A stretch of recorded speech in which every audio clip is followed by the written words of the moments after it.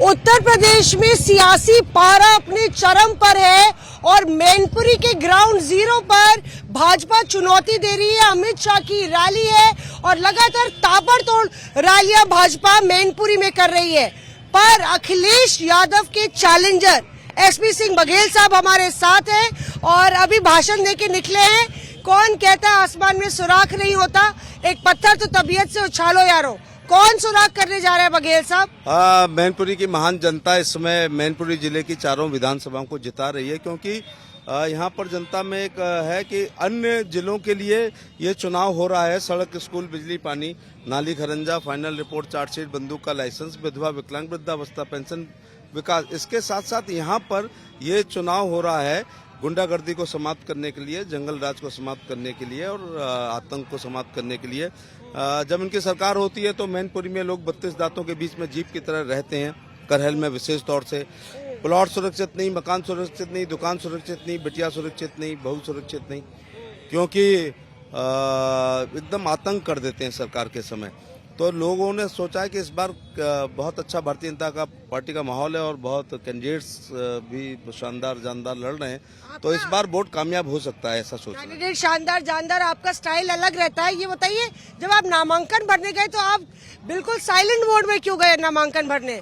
जिला अध्यक्ष को भी नहीं मालूम था भाजपा के कि आप नामांकन भर रहे हैं, क्या ये स्ट्रैटेजी थी?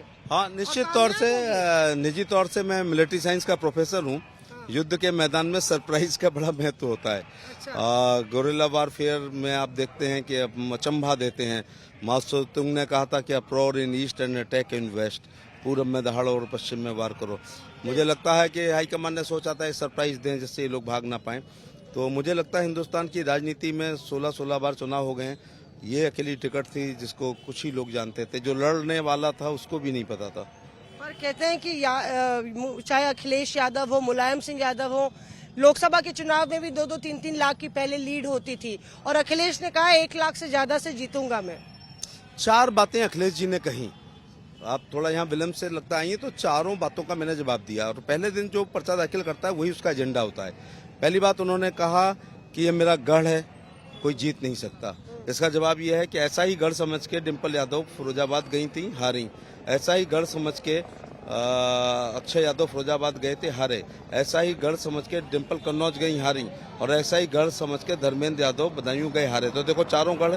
जब आप इंटरव्यू हम लोगों की लेती थी, जब हम लोग ये चुनाव लड़ते थे, तो आप लोग क्या कहते थे? मुस्कुराते थे। लेकिन करहल में आज मुस्कुरा रहे हो, 10 मार्च के बाद हम लोग मुस्कुराएंगे।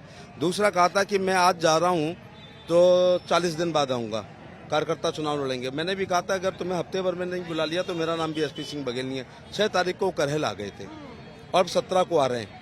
अपनी विधानसभा में 2 बार आ रहे हैं। क्या वो 403 सीटों पर 2-2 बार जा रहे हैं? क्या वो 806 की जगह हेलीकॉप्टर उतार रहे हैं? दूसरी बात, कार्यकर्ता लड़ेंगे। अब उसकी जगह डिम्पल यादव जी वोट मांग रही हैं, धर्मेंद्र जी मांग रहे हैं, अक्षय जी मांग रहे हैं, शिवपाल जी आए हैं, रामगोपाल जी यहाँ कैंप कर गए हैं और तेज प्रताप सिंह जी। तो उनके घर में 5 प्रचार स्टार प्रचारक हैं, 5 और जिस दिन प्रचार फर्स्ट राउंड का बनता उनमें से 6 में से 5 लोग यहाँ पर थे। तो ये हो गया कि कार्यकर्ता लड़ेंगे, उसकी जगह नेता लोग लड़ रहे हैं। तीसरा उन्होंने कहा था 1.5 लाख से जीतेंगे।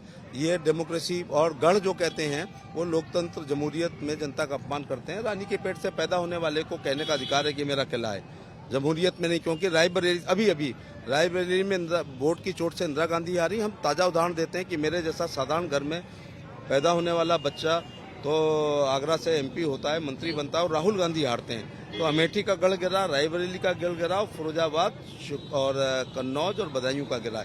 ये बातें जो कही थी, सारी बातें उनकी गलत साबित हुई हैं। अच्छा चलिए, मेरा आखिरी सवाल है, हर 2 साल में आप चुनाव लड़ लेते हैं, कब खत्म होगा ये सिलसिला? अच्छा, मैं कल गौर कर रहा था। विधानसभा, लोकसभा, विधानसभा, ये मैं विधानसभा लड़ा। 19 मार्च को मैंने कैबिनेट मंत्री की शपथ ली।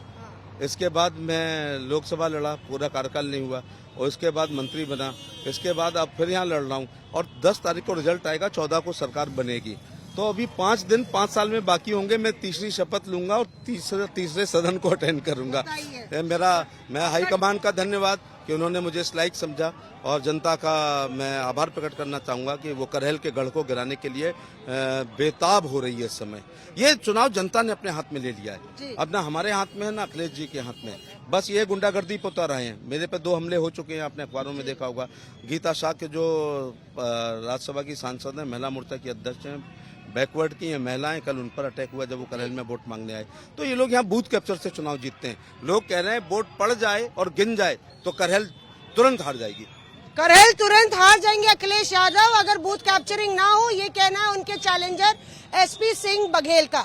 कैमरा पर्सन संजीव के साथ मौसमी सिंह, मैनपुरी, आज तक।